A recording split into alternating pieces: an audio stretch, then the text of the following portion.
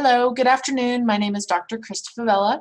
I'm an instructional consultant here. I know we have several people that are not necessarily new to WT, so you may know who I am already, but wanted to introduce myself to those that are new.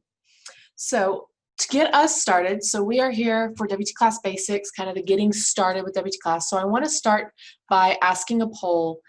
Basically, I want to know kind of how new are you to WT? So here we go. So, yes, I am completely new to WT. This is kind of my first semester. Maybe I've only taught like this summer, just kind of recently. So I'm still new, but I have already taught something, or I've been teaching for a while. Whether that's, the past year, the past 10 years, whatever it is, just so I kind of have an idea of where we are kind of sitting with everyone that's here today. So I still have a couple of people that haven't voted. I'm going to give just another minute or two, not a minute or two, but a few more seconds for those last couple of people here.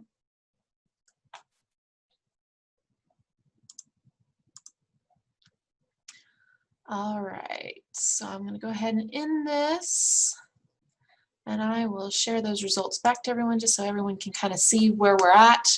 So we have about 38, nearly 40%.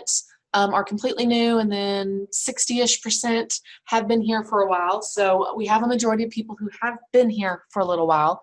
So some of the things that we're going to go over today are going to be review. Hopefully for those people, there's at least some things that you'll hear that you either didn't know about. I know there's some things, because there are some things that are kind of brand new coming up kind of recently. So there will be some new things. If nothing else, maybe it'll give you some idea of things to do differently, or things you never thought about doing, or just where to go for some other different kinds of things. All right, so let me stop this for a little bit. All right, so moving on with what we're going to talk about. So I like to start by saying we use a system that we call WTClass. Hopefully most everyone has already gotten into WTClass before. If you have not gained access to WTClass, you might go ahead and do a quick check if you can, if you know your password and stuff like that. If you click on that My WTClass, that WTClass button, and you get an error message about unknown user, that means you don't have an account yet. What that typically means is that your department has not put you in as instructor of record. So if you can log into the portal, but you can't necessarily log in and get access to WTClass, your account's been set up, you just don't have access to WTClass, therefore you're not instructor of record. Once your department places you as the instructor of record for one of the courses, it automatically, within a day, basically, usually quite less, it can be only like an hour or two, but we usually say give it a day. Within 24 hours, you should have access to WTClass and whatever you've been added as instructor of record for.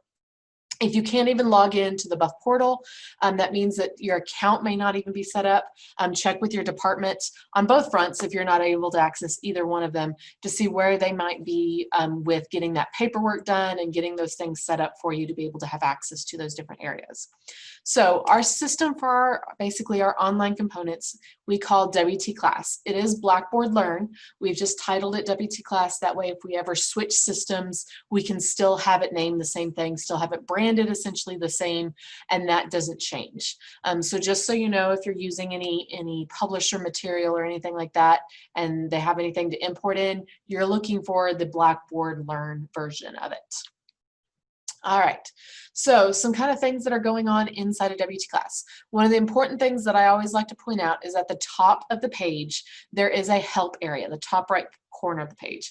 If you ever have any problems, ever need any help, this is one of the places that you can go to for help with WTClass stuff. This is also where up in the top right hand corner where you can log out, and it will take you back to the Buff portal. Also, there's a red number that will sometimes appear. Some faculty start freaking out because it just grows and grows and grows and grows. That is basically a notification system letting you know that there's new things in the system. This number can be changed. I'm not going to go over how you can do that, but it is something that you can change. So if you're interested in doing that, we have some directions on how to do that. A lot of faculty just simply ignore that number and don't worry about it. They actually go into their classes to see what kind of new stuff is going on. But I like to point that out just in case if you're wondering what that number might be. So talking a little bit more about the help area. So when you go into that help area, there is some information that appears on this page. Everyone has access to the top left one, the WTClass student help. This way, if your students ever need help, how do I submit an assignment? How do I take a test? What do I do if my test crashed? What's the right browser? All of those different things, they can find all of that within this area. And so that way they can get some self-help in case they want to try to figure it out on their own or something like that, or they need help kind of when somebody might not be as easily available. They have this tab available to them. On the right is then information on how they can get support, email, web form, phone. We are going to be coming out with a couple of other options here in another day or two. And so there may be some other things that kind of come up on here. So I just want to make y'all aware of that. And then in the bottom left-hand corner, everyone that's a faculty in the system should have access to this. So at some point, if you'll take a look at your WTClass, again, that's assuming you can get in right now, and take a look on this help page and see if you have this module down here, this WTClass instructor help. It's very important that you have this module, not necessarily so you can get help as much as it means your account's not set up if it's set up right, if it's not there. That means that also when it comes time to publish grades, you won't be able to publish grades. So you want to make sure that you can see this box because this will apply to also publishing grades as well. If you don't, let us know and we can put you on a list to get your account fixed so that you can have access to that. We want to just make sure that you can see that. But again, this help module down here, this is a quick way if you need help. Again, if you need help at like 3 a.m. in the morning when there might not be somebody available to help you, this is a great way, great resource to be able to go to get some kind of quick self-help. There's PDF documents, there's videos, there's different ways to be able to get help with this. So any of those buttons will take you out, any of those links take you out to basically our faculty support website. It is that same site that Yvonne had posted in the chat earlier. It's faculty.wtmu.edu. Students also have a support website. It is students.wtmu.edu. And it just takes you to this page to be able to see all of the different help areas and some more information as to what all is on here. The /WTClass then takes you straight to the WTClass section. The faculty.wtmu.edu website gives you basically a one-stop place for all of the technologies that IT helps support, and so you can access all of that from that one area. All right, so continuing on. So on the My WTClass tab, there's several different tabs that have several different things on them, but the main ones that we are going to kind of talk about are going to be our help, which we've already talked about, and then the My WTClass tab. My WTClass tab is the first page that you do come into whenever you start, when you start coming into WTClass. This is where the My Courses module is. This is where we always recommend you and your students accessing your courses from. There's some other pages, other things on this page that I want to talk about real quick. The schedule network downtime in the top left-hand corner. Do you know my screenshot is from like last spring or something like that. So please don't think that we're not having any downtime coming up. But this module will let you know what the upcoming downtimes are for our system for the rest of the semester. So right now it's showing all of the fall dates. So you can go ahead and plan accordingly. We highly recommend not having due dates on scheduled network downtimes because a student might not be able to get in to the system during that time, that late evening hours. It's generally 8 p.m. until 2 a.m. So we want to make sure you're aware of those, and so you don't try to schedule things when a student can't get in. Also, students have access to this, but we want to make sure that you're aware of those dates beforehand as well. And some of these other kind of things, I'll talk about some of the other modules on this page as we go along. And so then back to the My Courses. One of the things that I always recommend firsthand for any new faculty especially, or anyone that's been around for a while, is to change a setting so that it will show your courses sorted by individual term. It's not a big deal when you're a first-time faculty and you only have your 3, 4, maybe 5 classes, but if you've been here for 3, 4, 5 semesters, or 3, 4, 5 years, that course list can become very long. And sometimes when new courses are added, they aren't necessarily added in the order you're expecting. They don't necessarily show up at the top or at the bottom. They seem to interdisperse amongst the other ones that are already there. And by sorting by term, that pulls all the 2020 fall courses together, all the 2020 summer 1 classes together, 2020 spring classes. It pulls them all together to make it easier to be able to sort and find which courses you're looking for right now.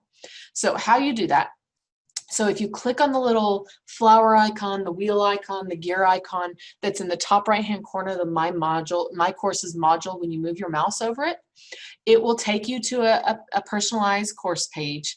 And the very first section, the very first area is a group by term option. You just check that checkbox and click submit, and it will then group all of your courses by terms.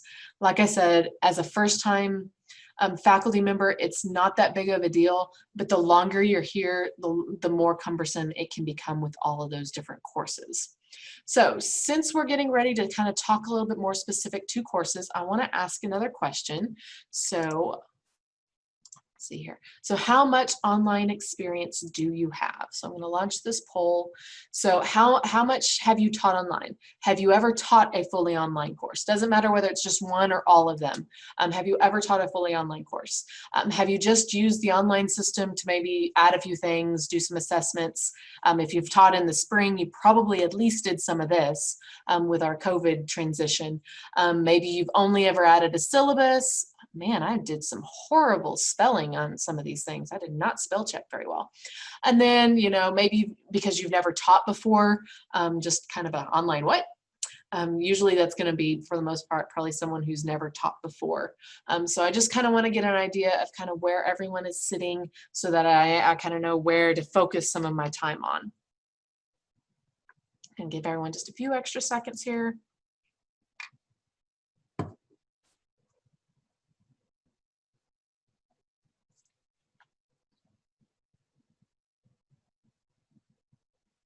All right, so I'm going to go ahead and end it. I'll share this back so everybody can kind of see where we're all at.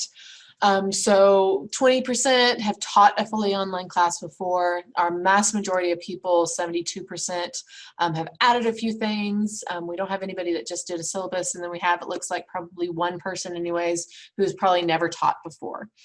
So welcome all of you. I'm glad to kind of know where everyone is kind of sitting so that I have an idea of what to talk about a little bit more. All right, so let me get this set up here.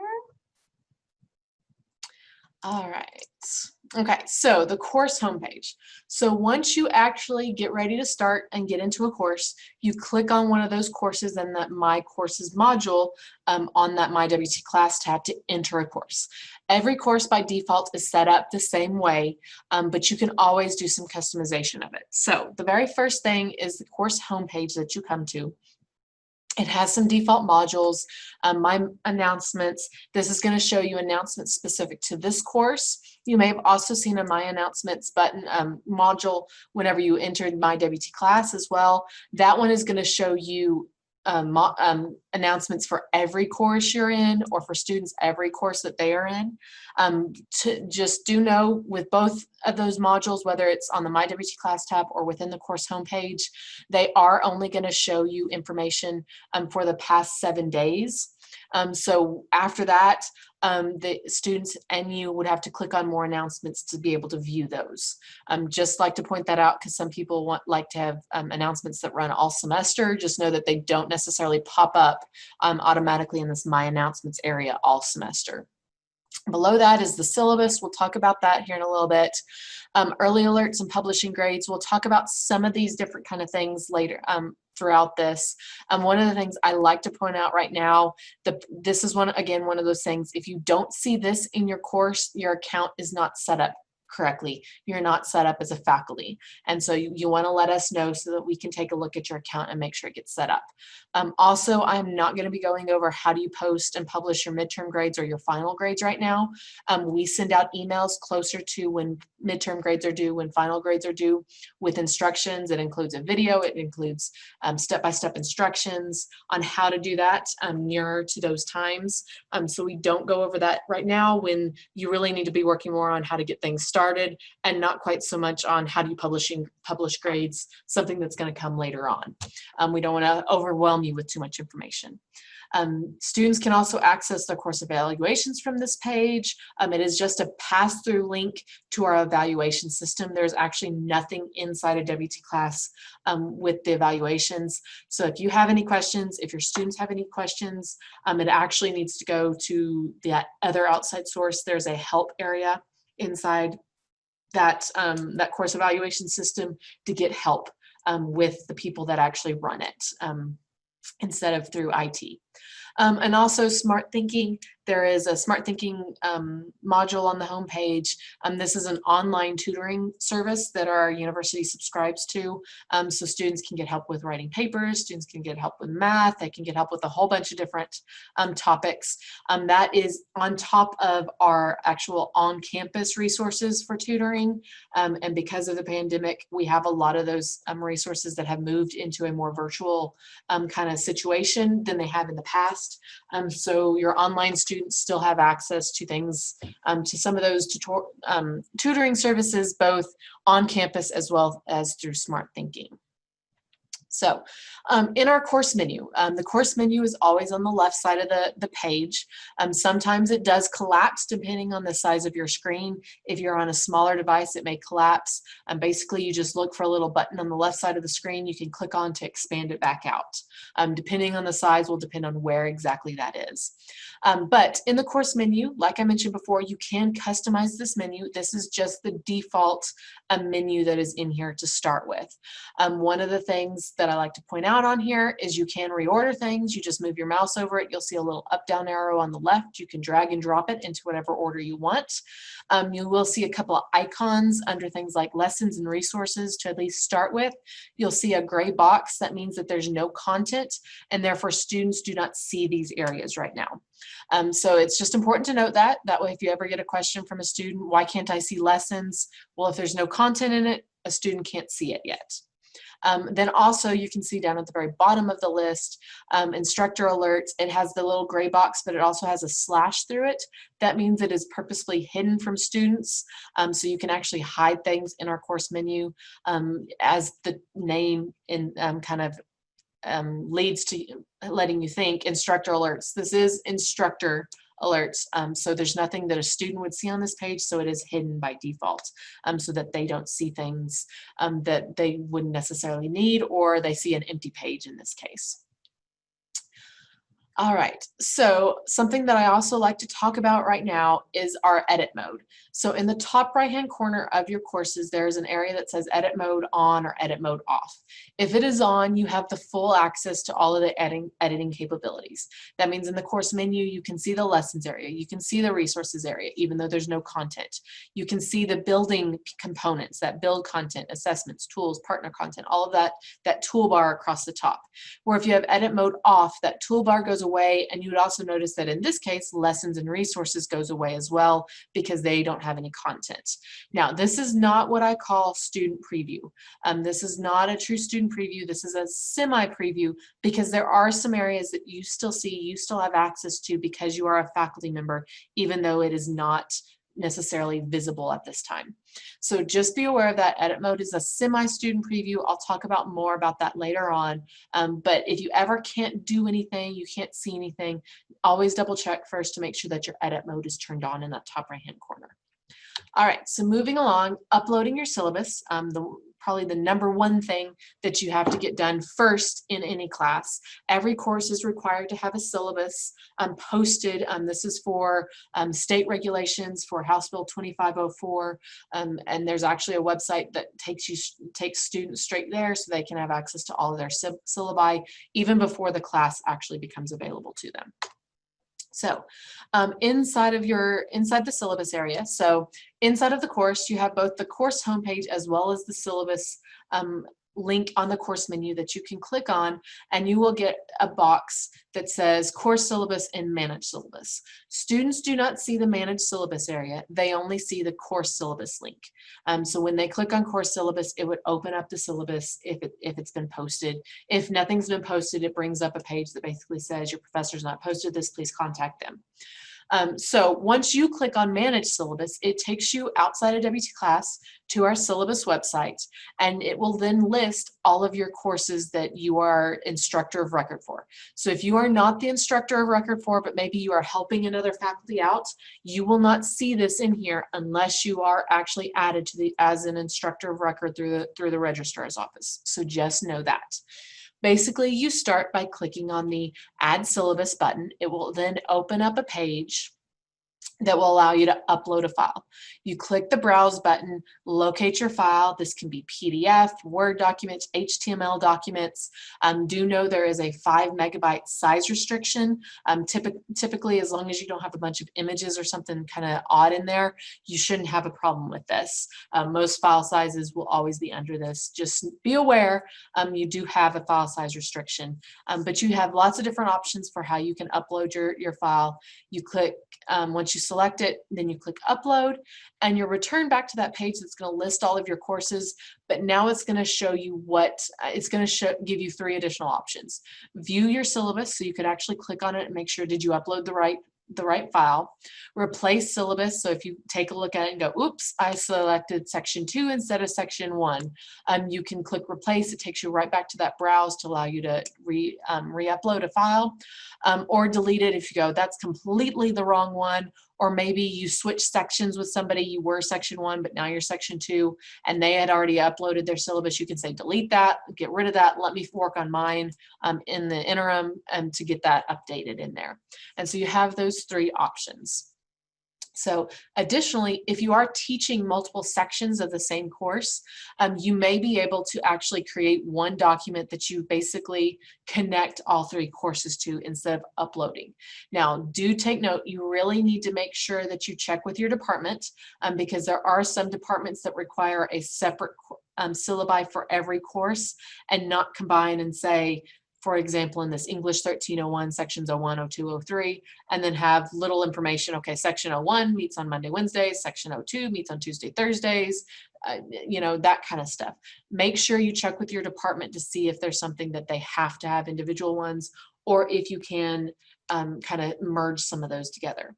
So if you decide that you want to do that, after you've uploaded your first section, so in this case, in my little screenshot, English 1301, section 01, what you can then do is you get this use existing syllabus dropdown. You click the dropdown, you select the course that you want to basically link it to, and click upload, and then it's going to change. Instead of giving you those 3 options, it's going to say uses, and then it's going to list the course syllabus that you're using. And then it also gives you a unlink button versus a delete button. You'll also see in the other section, it will say the syllabus also used by, so you know exactly kind of where it's going. It gives you some additional information so you know that those are linked to other things. But like I said, that way you can use the same file without having to upload it multiple times. You can do it that way as well. Just clicking on the unlink, or if you want to click the delete, basically it just takes you back to where it says add syllabus to start with. So one thing, after you upload your syllabus, it's always highly recommended to click on that view or go back into the course and click on that course syllabus. Make sure and verify you did upload the correct syllabus, because you'd really hate to have the wrong syllabus in the course. You want to make sure everyone has the right information in their courses. All right, so early alerts is our next one that we want to talk about. This is one of those things that I mentioned that we would talk about from that course homepage, the early alerts button. Basically what an early alert is, that it gives you the ability to kind of send a note to be able to say, hey, things aren't going too well right now. You haven't submitted, you haven't come to class, you're missing some things, you're doing poorly. Kind of give kind of an early alert to your students to let them know, hey, you're not on the best track you can be on. Now, what it does is whenever you submit an early alert, it's going to go to advising services, and someone in advising services is going to try to contact the student to see what's going on. See, is this a student that needs some help? Maybe they need to go get some counseling services because they're having problems with depression and therefore they're not attending classes. Maybe they're having medical issues and they need to get help by going to a medical professional. Maybe they're just forgot that they had class that day. They thought your classes only met on Wednesdays and not Monday and Wednesdays, and so they're only attending Monday classes. Maybe they thought they could take it all online and not attend in person. So if you have any of those, you can send those early alerts to kind of let them know or to get some help with trying to contact them. It's always recommended that you try to contact them as well, but this gives another kind of avenue to get in touch with people. So when you click on the homepage and you click on that early alert, it will take you to a page that will show you all of the courses, again, that you're instructor of record for. Again, if you are not instructor of record, you cannot submit an early alert for a student. So you click on the course that you're instructor for. It will then list all of the students in the course. You click on the student you want to submit an early alert for. It will then pre-populate all of that student's information, their last name, their first name, the student's ID, what course it's for, your name, your phone number, your email. And so basically, you're just going to the bottom of this form to explain what's going on. Please note, whatever you put in here may be shared word for word from the advisors, so do be aware of that. And we actually have Gretchen on here as well. So she actually helps with this. So yeah, if you ever have any questions, advising services is great to be able to help with. And so make sure what you put in those boxes you're very careful with, because they can be read straight to the student. So please be careful with what you write. Also, I always like to mention, do be aware if it's like someone is not attending and the advisor comes back and says, the student says they're going to come contact you, or the student says they're going to start attending class. This is not the police system. That advisor cannot force that student to come talk to you, cannot force that student to come attend class. It's still upon the student to take that action that they've told that advisor. So just be aware of that, so that you know these are not policing people. They can't force the student to do anything. They can't force the student to drop the class or anything like that if they need to be dropping. So just be aware of that. It is just simply an avenue to try to help those students who need the help, who want the help. So once you submit that, again, it goes straight to that advising services, and they try to help out your students as well. Just another kind of method for retention to help those students do better. All right, so moving on. So inside of WTClass again, so we kind of talked about the homepage, we talked about the syllabus. So the next kind of area is the calendar area.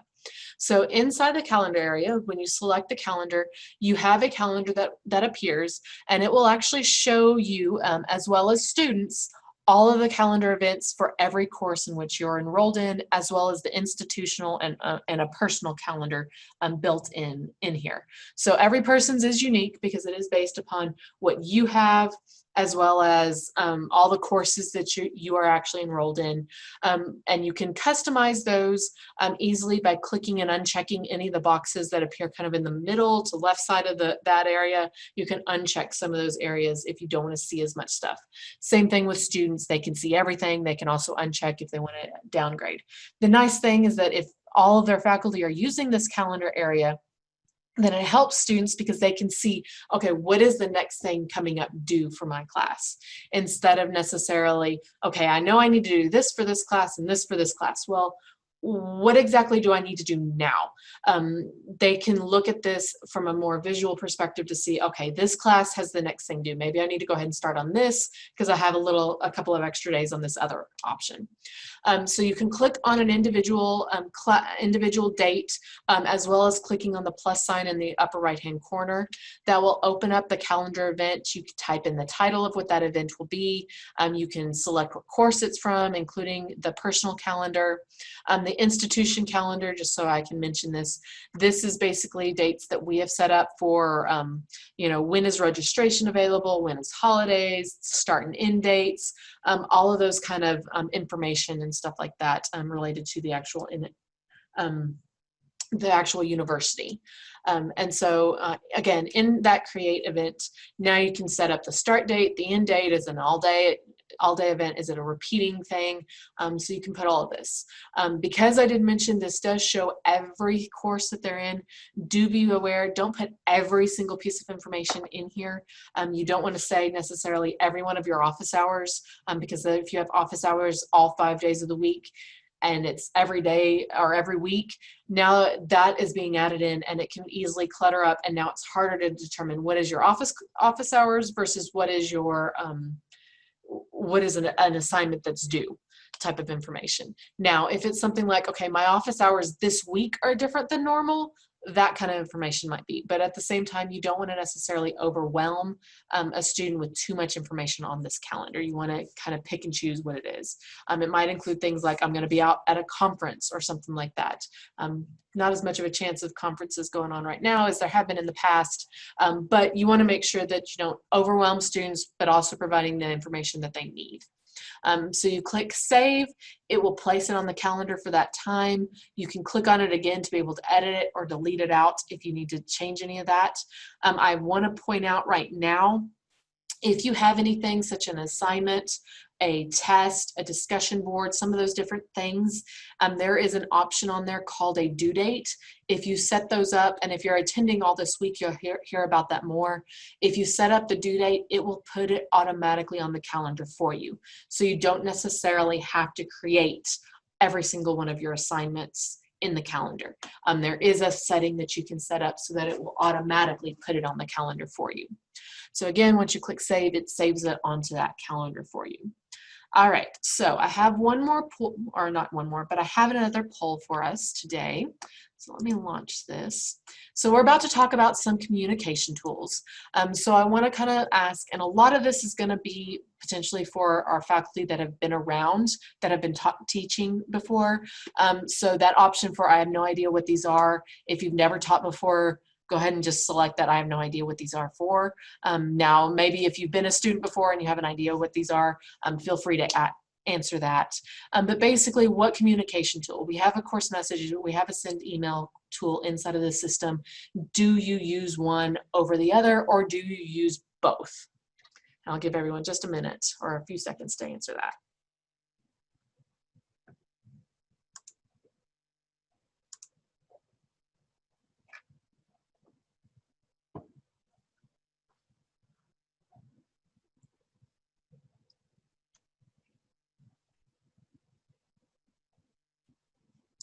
All right, so we kind of slowed down there, so I'm going to share my results back in here. Now this is kind of untypical in some regards to what we normally have, this showing. So we have, like one person saying that they use course messages, we have 8 saying they use send email, we have 6 then showing that we have about half and half, using both of them, and then a couple people who have no ideas. So normally whenever I ask this question, what I end up with is we come split 50-50. 50 use course messages, 50 use send email. Now give or take, because we then have that percentage that then uses both. But once you take those people out for who use both, normally we get split right down the middle of who uses course messages and who uses send email. So this is a little bit not typical for what I usually see here, but I just kind of like to get an idea of what people typically use. All right, so let me move on over here.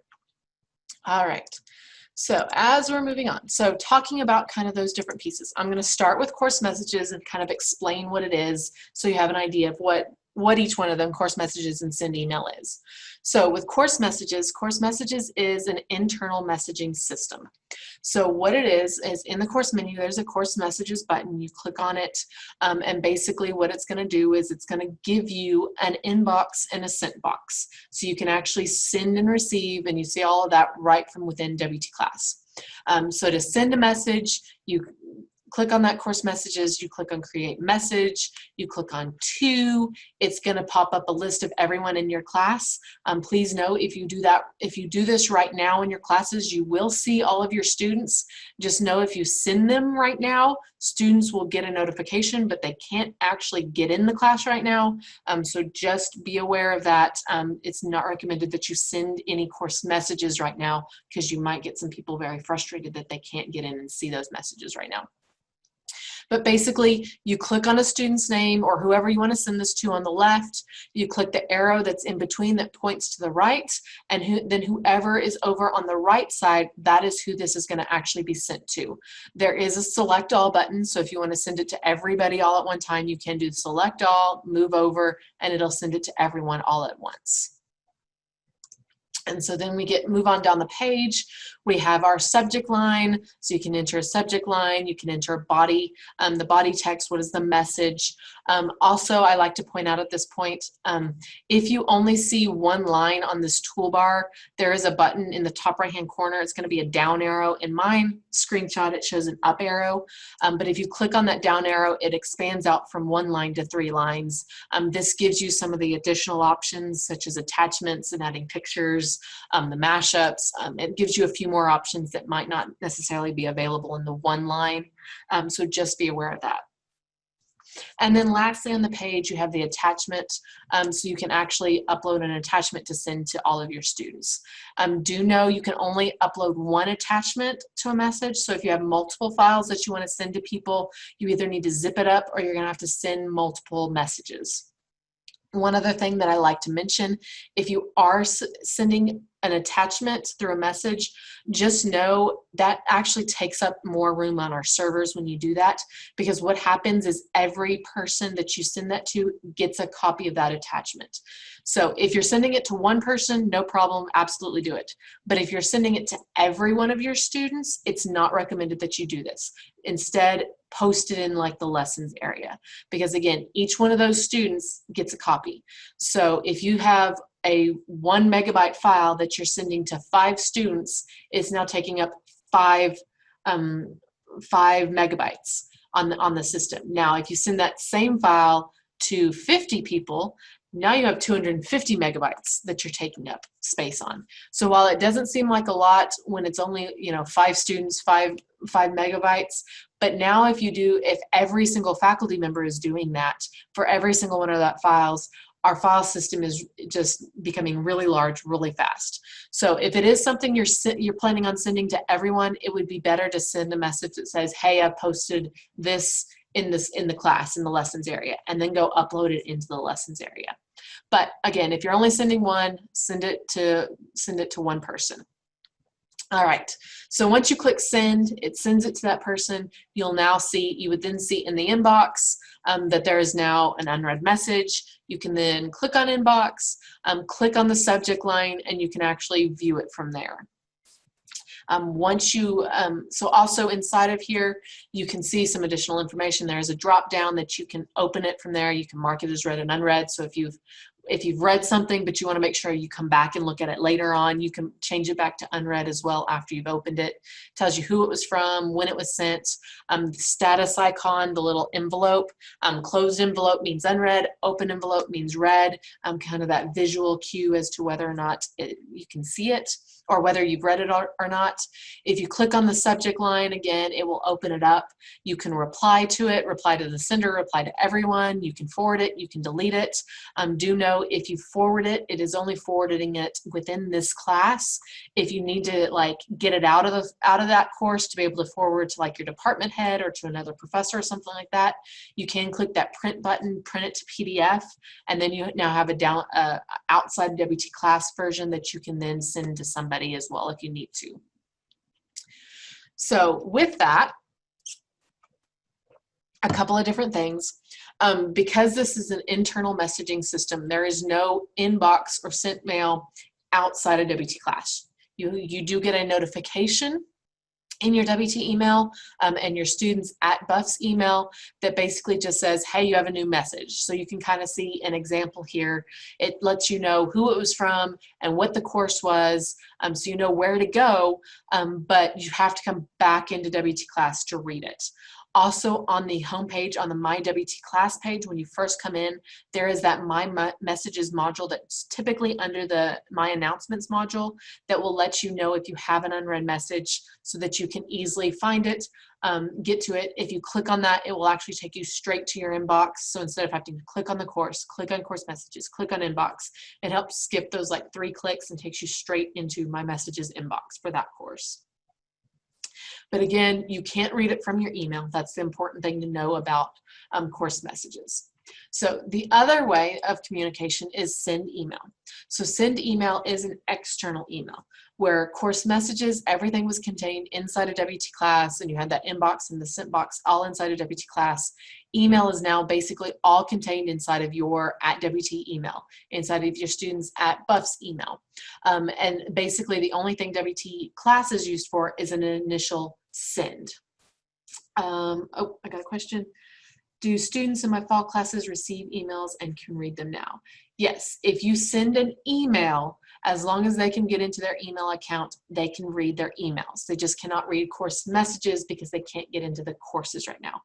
Students get access to courses 5 days before the start of the term. They have access until 5 days after the last day of finals. So outside of that time frame, students cannot get in and see their course messages. All right, so send email, back to that. So if you click on the course menu, send email, it will bring up a page that gives you kind of an idea of who all you can send it to.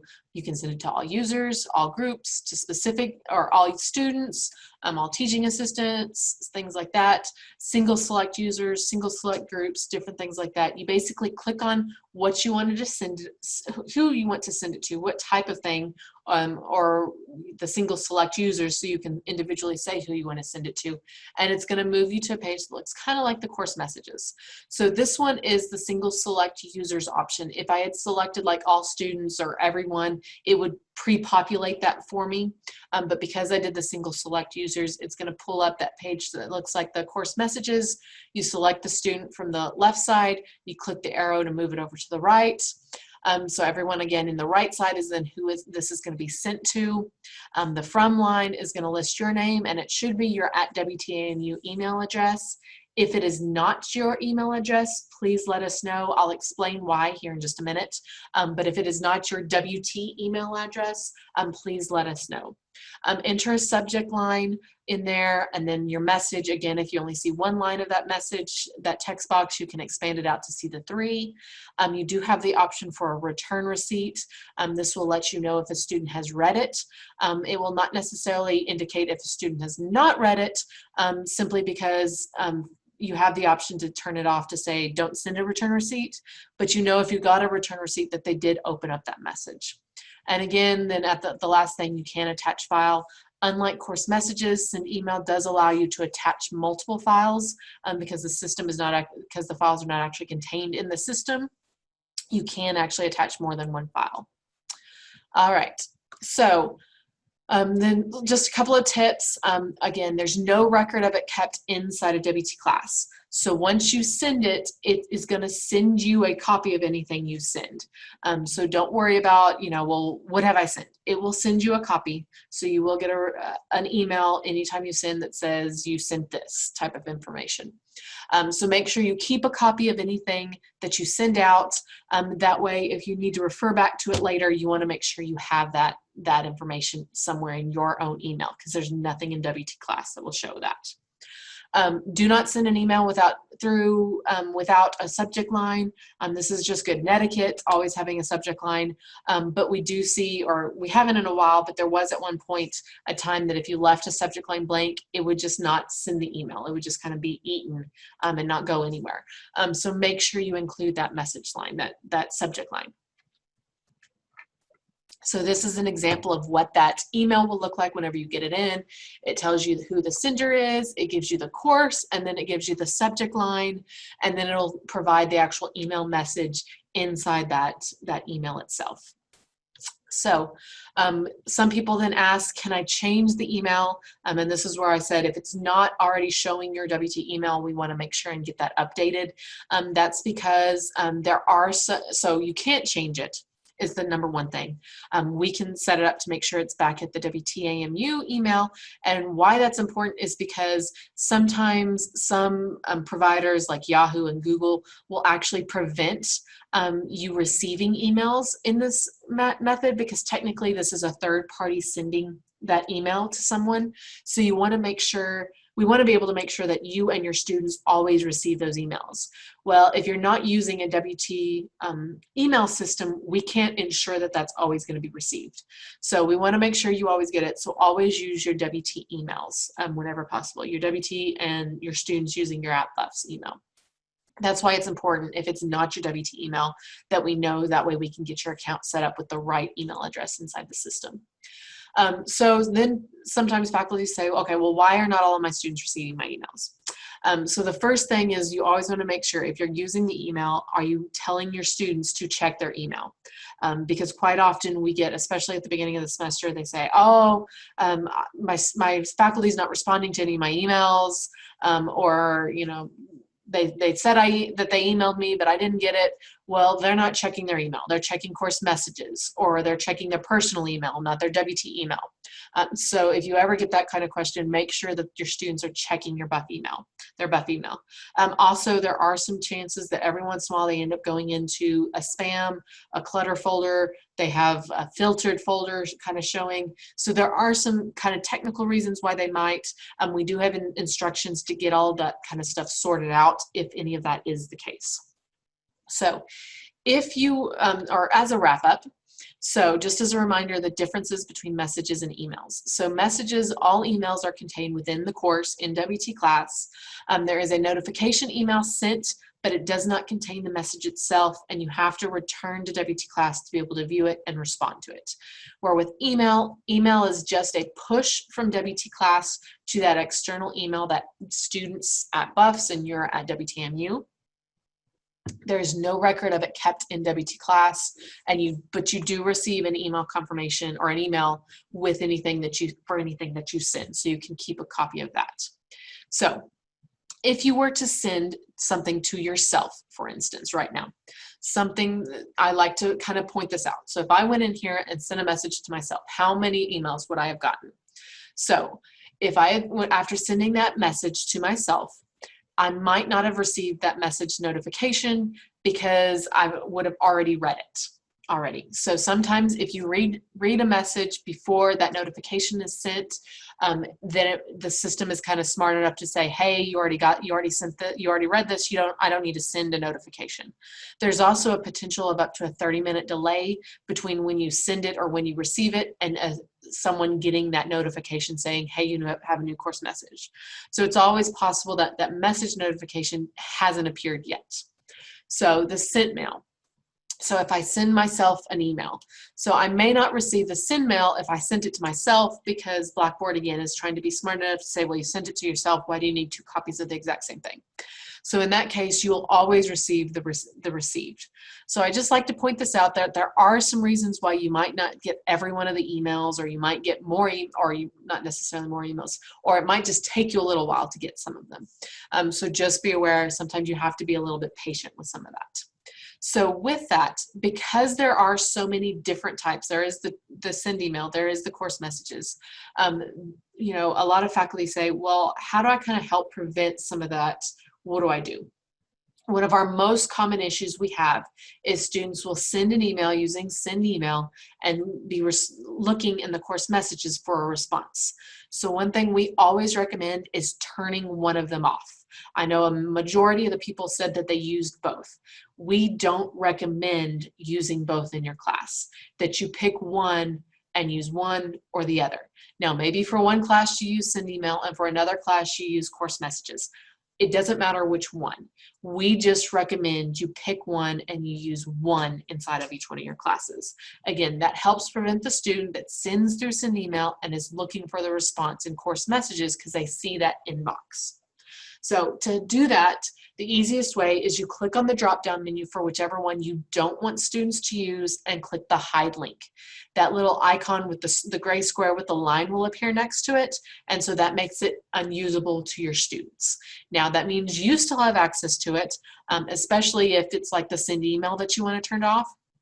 That way, if you've been messaging a student and they're not responding, you could also try sending an email to see if they'll do it that way, to get back to you that way. You kind of have some additional options. Or if halfway through the semester you decide, you know what, all of my students are saying it's really annoying that I have to come back into the course to be able to view it and respond to it, I'm going to switch it for my students this semester, and you can switch it.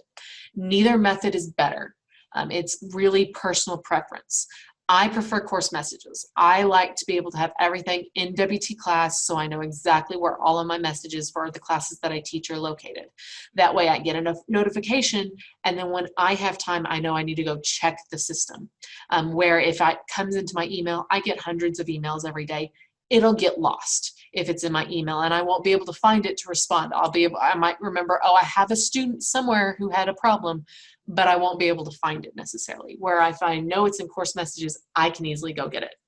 Now, the flip side to that, my boss prefers send email.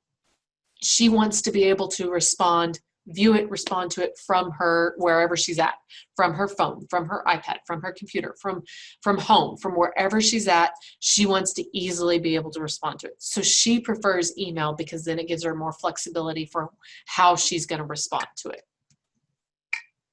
Like I said, neither one is available. It comes down to what is your preference, or what is your department's preference. Your department may have chosen one method over the other. So like I said, I highly encourage you to pick one, turn the other one off, so that you don't have both of them available and take any risk of your students being confused. All right, so as we're moving on, and if you have any questions, I haven't mentioned this, please feel free to ask it in the chat. We have someone, Yvonne is kind of keeping an eye on it. I'm trying to respond to anything that comes up in there. All right, so we have a couple of different options for attendance. One way that we've had for a little while is our RFID and swipe station, the use with the Buffalo Gold cards. In each one of our classrooms, there is a swipe station. There's a little tap station right inside most of the doors that students can just kind of swipe their gold card over, and it will take attendance, and it will track it in a system. Basically, again, from that course homepage, that early alerts and publishing grades module that I said you want to make sure you have access to, if you click on the course attendance link, it will open up a page. It will provide you with all the courses you're teaching. If you click on the course, it will then list all of your meeting times and dates. If you click on a particular date, it will then show you, or sorry, if you click on the click here for attendance summary, it will list all of your students and tell you how many times they were present or how many times they've been marked absent in this system. If you click on the other option, the click here for, or you click on a specific date, it will then pull up a list of everyone. Now, if it's something that they've already been able to swipe in, you can see here from my screenshot, it tells me attended via swipe. So I know each one of these students swiped their gold card and it tagged them as being here. You can always amend this report. So that basically just brings up a list of your students. You can change it, uncheck, check, depending on whether they were here, whether they were present, absent, if they were marked present and then they walked in the door, they swiped and then walked out the door and you're like, no, you weren't here. You can change that in this area to be able to do that. If a student showed up and didn't bring their ID card, you could come in and mark them present. You have kind of all those different options. At the bottom of each one of these pages, you can mark everyone as present, mark everyone as absent, or revert it back to whatever that original swipe data was. It will update to let you see, you know, attended via swipe, but absent according to roll call, or attended via roll call. Those are basically, if you go in and change any of those, it lets you see those kind of changes. It lets you know that it was different than what was originally there. So that's the attendance station that we've had before. And so that's kind of something we've been having. We also have a new attendance feature that's built into WTClass. It is something that you have to manually take. It does not work with the swipe stations. So just know that other one is kind of a more automatic way. I always like to mention it is not 100%. There are days that students will swear they swiped in. You may have seen them marked in, and it just didn't take it. Also, there's a 10-minute lead, 5 to 10 minute lead. If they swipe too early, it won't read it. If they swipe too late, it won't read it. So they do have to make sure and fit inside that window. Like I said, I believe it's 10 minutes before class starts, they can start swiping. So just be aware of that. So if you choose to do the manual one, we want to start by saying that the Blackboard attendance tool does automatically add a grade center column to your gradebook. and it cannot be deleted from the course. So please don't decide, let me just play with this and see what it does. If you're interested in using it, we have instructions. If you're not quite sure about it, talk to us and we can kind of walk you through this a little bit better. What are your needs, things like that, because we don't want that extra gradebook column to be added there unintentionally, and now you have this gradebook column that won't go away. So please be careful and please use this with caution. So one of the things is it is not turned on by default in the course. You have to turn it on. So you go to customization, you go to tool availability, you look for the attendance tool and you turn it on. And then under course tools, you'll have this attendance area available. When you first click on it, it will pop up a settings page. Additionally, you can also, if you've gone through it, there's a settings button, you can get back to it. And basically the only settings in here are basically what are the percentages, what's the percentage that will count for somebody who's marked as late.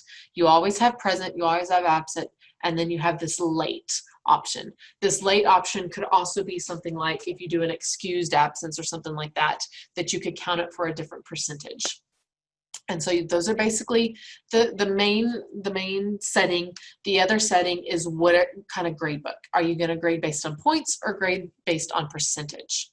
And so once you want to make sure that you get all of this set up before any data starts being added, before you start marking anybody.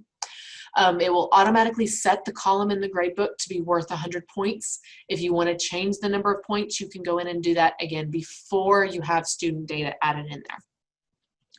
And so basically, once you set that up and you save that, it's going to give you the ability to see all of the students in the class.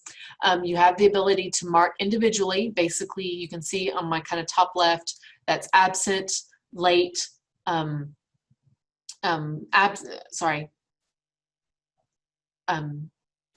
my goodness, my brain went dead, that they attended, there we go, attended, late, absent, or nothing at all. Basically uncheck my option for that. And so you can go through and select each one for each person.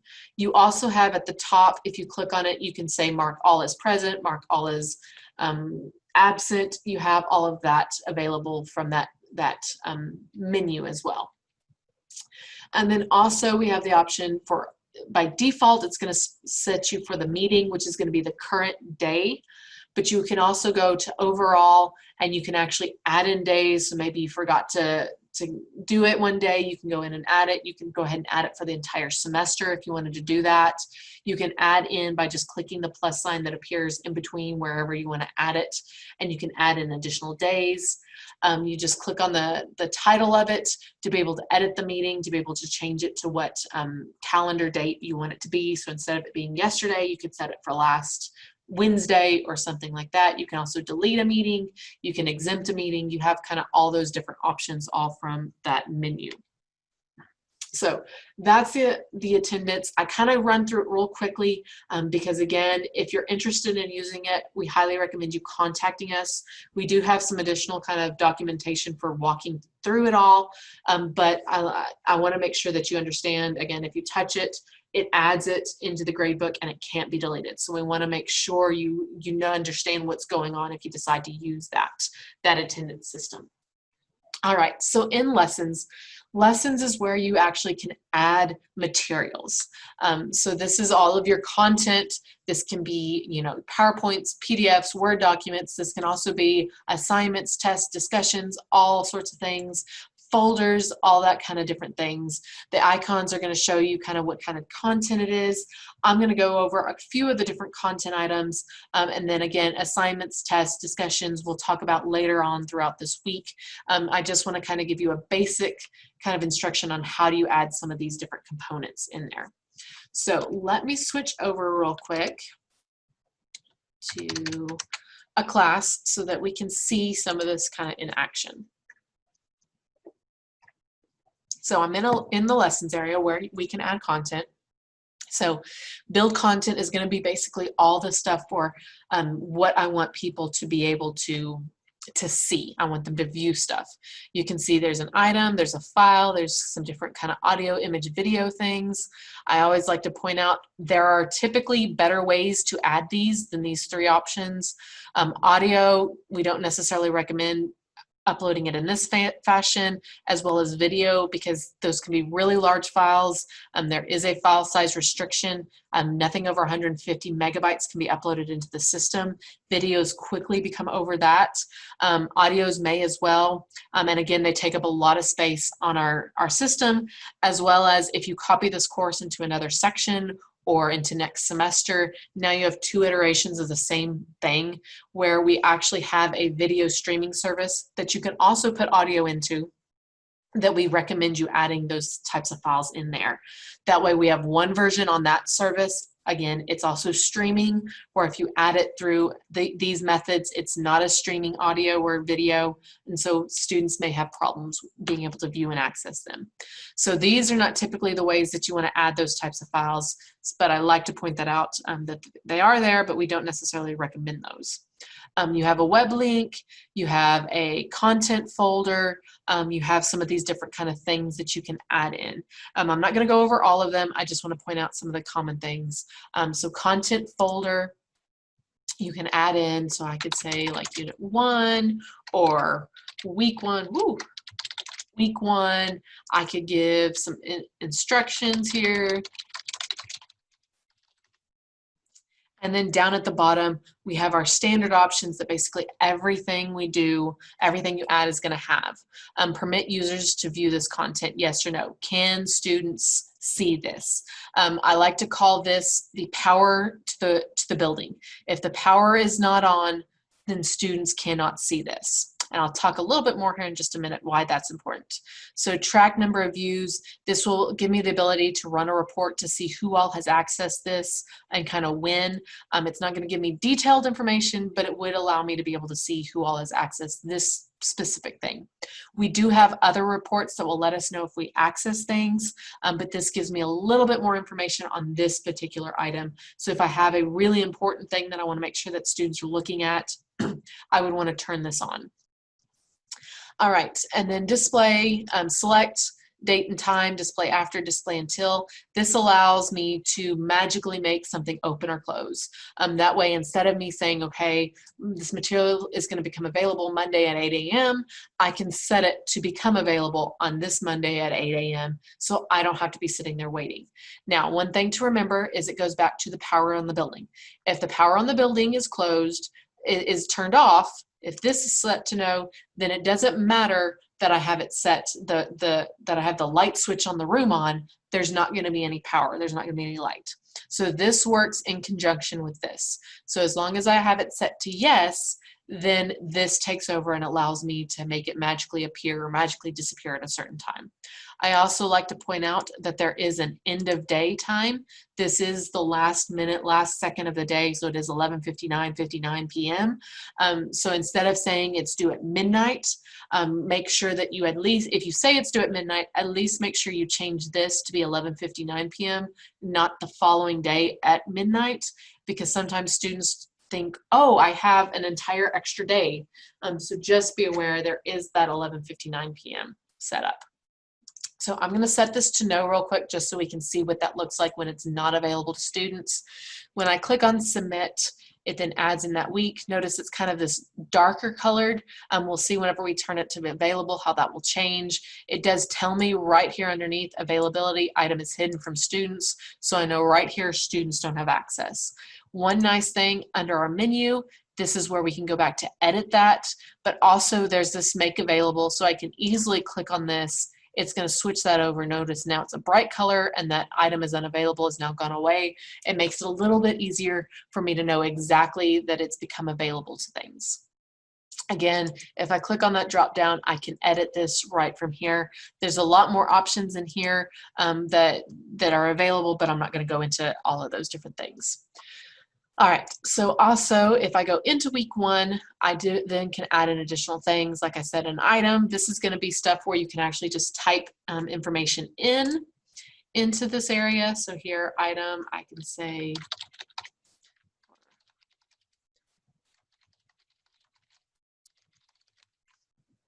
Again, I can also do attachments to this, but there's those same standard options. And so there's that thing just appearing right there. I can also add files in, so I can actually browse for something. Where is nope, not there. I can actually attach things here to be able to add in here. And so once I add in a file, that there it will appear. And so some other things that I like to point out with adding things in, let me switch back over here.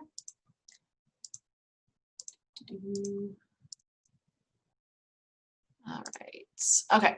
So with files, whenever you add files, there's a tool that is turned on in WTClass called Ally. It is an accessibility checker as well as accessibility improver and different things like that. It checks for accessibility. You'll basically start to see a colored icon next to the icon. And so red means it has low accessibility, that orangey yellow means it's a medium, you have green meaning a high, or the dark green meaning it's a perfect one. And so you have all of kind of those different options, or not really options, those different settings to let you know how accessible your document is. You can actually, with Ally, if you click on that icon, it will actually tell you what can be fixed on this document to make it more accessible. And it actually gives you a step-by-step guide for how to improve it. You click on the how to tag a PDF in this example image. It will actually walk you through the steps to be able to give you the information on how to fix it. It's always recommended to click on the browse button that's at the bottom to upload that file back in. It will actually overwrite that file. It will also put you sooner in the queue instead of putting you at the end of it and having to wait for all these other ones to get done. It'll actually update that number sooner by doing it that way. Also with Ally, it also gives students different alternative formats. They have a little A to the right of each one of your files. If they click on it, they can open up, and then they have different options for ways to be able to view this document essentially. One of the things that I always like is the audio. We have a lot of students that like the audio option because especially if they are commuters or they're student athletes or stuff like that, they can listen to a document easier than they can necessarily read it when they're traveling. And so we actually have a lot of students that have said that they really like the audio because it gives them more options to be able to view and access their content and not just straight reading in some senses. So one other thing that I like to then point out, you can always delete things. If you delete a folder, if you delete an item, it is gone. There is no like undo, there is no trash can. It is gone. If you delete a folder, that also deletes everything inside the folder. So be very careful when deleting it because it does go away. We do run backups on the system periodically, but just know the backups are really meant for I deleted grades. It's also not 100% all the time. If you added something and deleted something and then asked for it, we can't pull that back because it hasn't had a chance for the backup to run. I believe backups are running about once a day. So if it's something that you added last week, we could pull it back.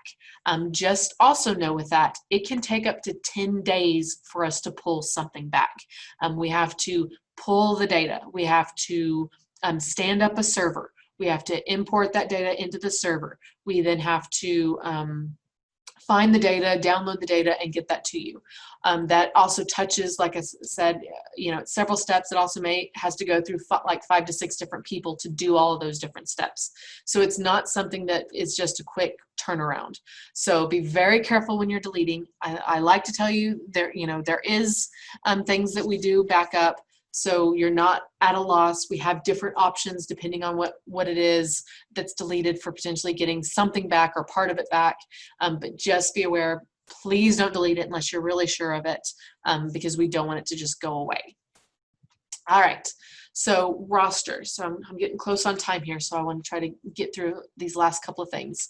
So there is a roster, it's called a photo roster under course tools. It actually gives you students buffalo gold card images. If you see the little buffalo, that means they have not gotten a gold card. We may be seeing a few more of those starting now, since students aren't necessarily coming to campus as much. So just be aware of that. There is a photo roster that you can view and print out. And then let's see, so student preview, if you click on the icon, let me actually come over here, whoops. So there is a student preview, it is the swirling arrows. If you click on that button, it does take you into a full student preview. You'll notice that your control panel down here is gone, as well as those items in here are gone. This is the true student preview. When you exit, it asks, do you want to delete it? Do you want to keep it? I'm going to keep it in this case, but we typically recommend you deleting it because it can skew some numbers in Grade Center things and stuff like that. But notice when I come back in, my control panel is gone. This is only available to me as an instructor, not as a student. All right, so let's get through here. All right, so Grade Center. So some important things to know about Grade Center. So before we start, I'm going to do one last poll. What type of gradebook do you use? Are you a percentage person? Are you a points person? Percentage basically means I have a weighted gradebook. Homework is worth like 10%, exams are worth 20%, tests are worth 50%, whatever it is. What kind of gradebook setup are you? Points generally means each one of your assignments is worth a different point value, and that is where the weighting comes in. You may not know what the difference is. You may not have that decided yet. We just want to I want to kind of have an idea of where we're sitting right now. All right, so far the majority of people are at points, and give everyone just a few extra seconds. So yes, it looks like the majority of people are at points. Okay, so I'm going to go ahead and end that just so I have an idea of where everyone's kind of sitting. So we're going to go over a little bit of the Grade Center. So in the control panel, if you click on Grade Center, needs grading is going to be your one-stop shop for all your grading needs. We'll talk about that more as you go through other things this week. But the full Grade Center, we're going to talk about kind of a basic, how do you set up a gradebook. So I'm going to look at two different kind of examples. So if you're a points person, basically that means you have your different assignments. They're each worth however many points they might be worth, and then the final grade is however many points they've earned divided by however many points are possible. Our percentage is then going to be, in our example, we're going to say our final exam is going to be worth 50%, and then the two essays are going to be worth a total of 50%. So I'm going to set this up kind of really quick so you kind of have an idea of what it is. So the first area, let me switch back over here and I'm going to go to the full Grade Center. So the first thing is you notice you have a percentage and a points column. By default, I believe the percentage column is actually set as the external grade. And so what that is it's actually going to have this green check mark to the left side of it. And basically what that means is this is the grade that's going to pull in for the final grade. So if you are a points person, what you actually want to do is you want to click on the drop down and do set as external grade to move that over so that that green check mark is showing what type of gradebook you actually are doing. Again, this goes back to publishing those final grades. If you're a percentage person, you could leave it or you could pull it back over if you did switch it over. All right, let me keep track of where I'm at here. All right, and so then whichever one you're not using, you can click on the drop down and do hide from students. Do be aware there's a hide from instructor. This will hide it from your view, but not necessarily your students. You would click hide from students. You get that little circle with a line through it to indicate students don't access it. If you then want to do it, you could then also hide from instructor as well. So the next thing would be to create your categories. You can go to manage, you can go to categories, and you can create one of your categories. I'm going to skip that for right now and go straight to creating individual columns in the name of time. So we start by doing create column. So I am going to do my, let's see, final exam. I could add a description. The grade center name, what this is for is if I want a shorter name in the gradebook, I could shorten my name in the gradebook. Final exam is pretty short, so it's not a big deal. But if I had discussion forum for Unit 5, I might want to call it DF5 to make it shorter in my view. Students do not see the grade center name. They always see the column name. Okay, so then primary display, what do I want my students to see? Do I want to see the score? Do I want to see percentage? Do I want to see a letter grade? Do I want it to be a check mark basically? What do I want my students to see? I'm just going to leave it at score. Second display, this allows me to then say, okay, so they're going to see the score, but I also want to see the percentage. This is really probably more useful for faculty who are points people, that they want to know, okay, students got 13 out of 20 points. Well, what does that actually mean percentage-wise to me? Or to my student in case they ask. Students do not see the secondary display. So this is purely for you as a faculty member's information. And then I could set it up for whatever category. So I'm going to say test here, and then I would enter in the points. Because I'm going to also look at a percentage-based, all percentage-based grade books should always have their points possibly for everything being set at 100. You should not weight individual assignments in a percentage-based gradebook. I like to point out you can do rubrics. Here's that due date that I kind of mentioned before on individual things that will actually tag it back into the calendar. And then our last three options include this grade and grade center calculations. Basically, do I want this to go into a final grade or not? Show this columns to students. Do I want them to see it? If I select no, it will add in that little circle with the line through it like we saw on that percentage column that I changed. And then show statistics. By default, it is set to no. Basically, do I want students to know how they did in comparison to others? Most faculty don't like to explain the answer of, well, why am I doing worse than someone else, than the average, than most people? So most people like to leave that at no. You click on submit. It will always add it to the right side, every new column. So I could come in and I could do the same thing. So I'm going to do paper 1. And I'm going to say this is an assignment. Again, because I'm doing percentage, I'm going to say 100 points. Sorry, I've been talking too much now. And then do paper 2. Assignment, 100 points, and submit. I know this is going real quick. And so here's all three of these. Now, I want to take one moment to disclaimer. If I'm using things where students are going to submit them online, an assignment, a test, a discussion board, things like that, turn it in, I would not be creating these individual columns. When I create those individual assessment components, it will also create a gradebook column automatically. So this is really only if you're teaching a face-to-face class and you have them come and hand you something, or you're having them email you something, which honestly, I don't recommend email when you could have it done through an assignment feature. Come to our assignments and come listen to those kinds of things as well. So here's the basic structure. So now how do I set up my final grades? So percentage, if I click on my drop down and I go to edit column information, this would allow me to rename it. If I wanted it to be overall grade or final grade or something like that, I could rename it. We can change what the primary displays are. And the important thing is then down here in the select columns. So I could do it by columns, but I don't want to do that. I want to actually select my two categories. So assignment and test. Notice this is where I could drop grades. So if I wanted to say, okay, you know what? Students had 2 assignments, but I want to drop one assignment, and that the one highest grade would work. Notice it does say drop highest. That is what it does. It doesn't keep the highest. It drops the highest. I don't understand what the point of it is, but that's what it is. So I would enter my percentages. So I'm going to do 50 and 50 because that's what our example has. There's some other settings in here. If you're interested in learning what exactly they do, let us know. If you do something kind of funky with your gradebook, let us know and we can double check it. And so then we have those same settings down below. Once we click submit, then our percentage is then set up. Points, if you're a points-based person, unless you drop or you do anything kind of odd, you don't have to do anything. As points are added in, it's going to automatically calculate those in. But you can go in and do edit column information. You can change it from all columns to selected. Same thing, you can go through and say each one of those different things and be able to drop. I'm going to cancel out just so we can see how not doing anything would work. So then basically to add in grades, you click on the cell, you enter the grade that you want to, that student's going to get.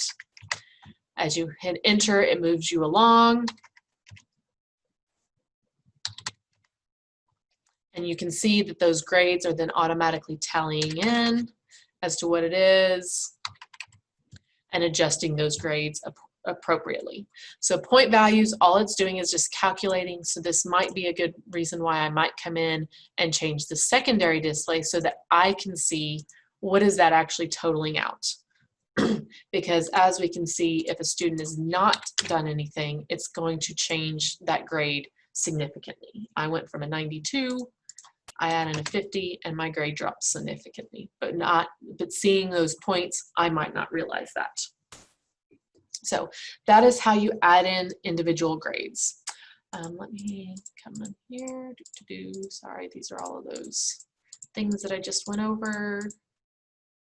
Adding grades. Okay. So that's the basis of how you add in different grades.